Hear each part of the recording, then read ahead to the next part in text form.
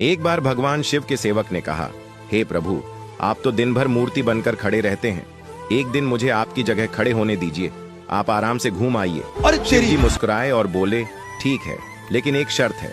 मंदिर में जो भी आए और जो कुछ भी कहे, तुम्हें बस सुनना है, जवाब नहीं देना है। सेवक ने शर्त मान ली और भगवान ने सेवक को अपने जैसा मूर्ति का रूप देकर मंदिर में खड़ा कर दिया, ताकि वह बिल्कुल भगवान जैसा दिखाई दे।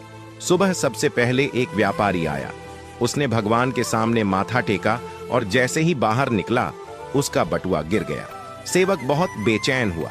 मन किया व्यापारी को आवाज देकर बटुआ लौटा दे, लेकिन भगवान की शर्त याद कर चुप रहा। कुछ देर बाद एक गरीब आदमी आया। उसने भगवान से कहा, हे प्रभु, मेरे बच्चे भूखे हैं, कुछ मदद कर दो। तभी उसकी नजर बटुए पर पड़ी। उसने भगवान को धन्यवाद दिया और बटुआ उठाकर चला गया। फिर एक नाविक आया और बोला, हे भगवान, मैं 15 दिन के समुद्री सफर पर जा रहा हूँ, कृपा करना।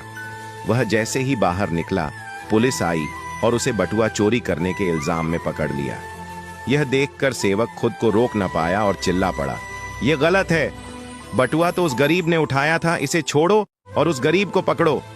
रात को भगवान लौटे तो सेवक ने गर्व से पूरा किस्सा सुनाया, लेकिन भगवान गंभीर हो गए और बोले, तुमने मेरी योजना में दखल दे दिया। वह व्यापारी बेईमान था, उसका बटुआ गिरना उसके कर्मों का फल था।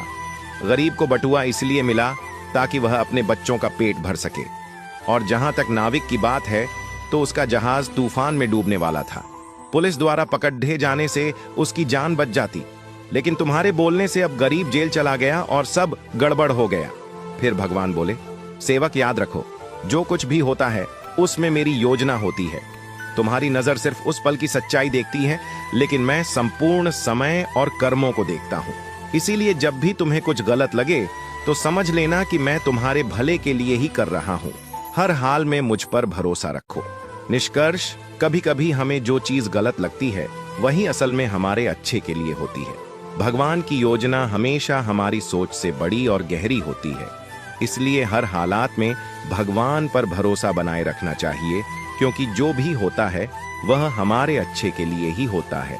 बात से सहमत है तो यस जरूर लिखे और इसी तरह की कहानियों के लिए हमारे साथ जुड़े रहिए।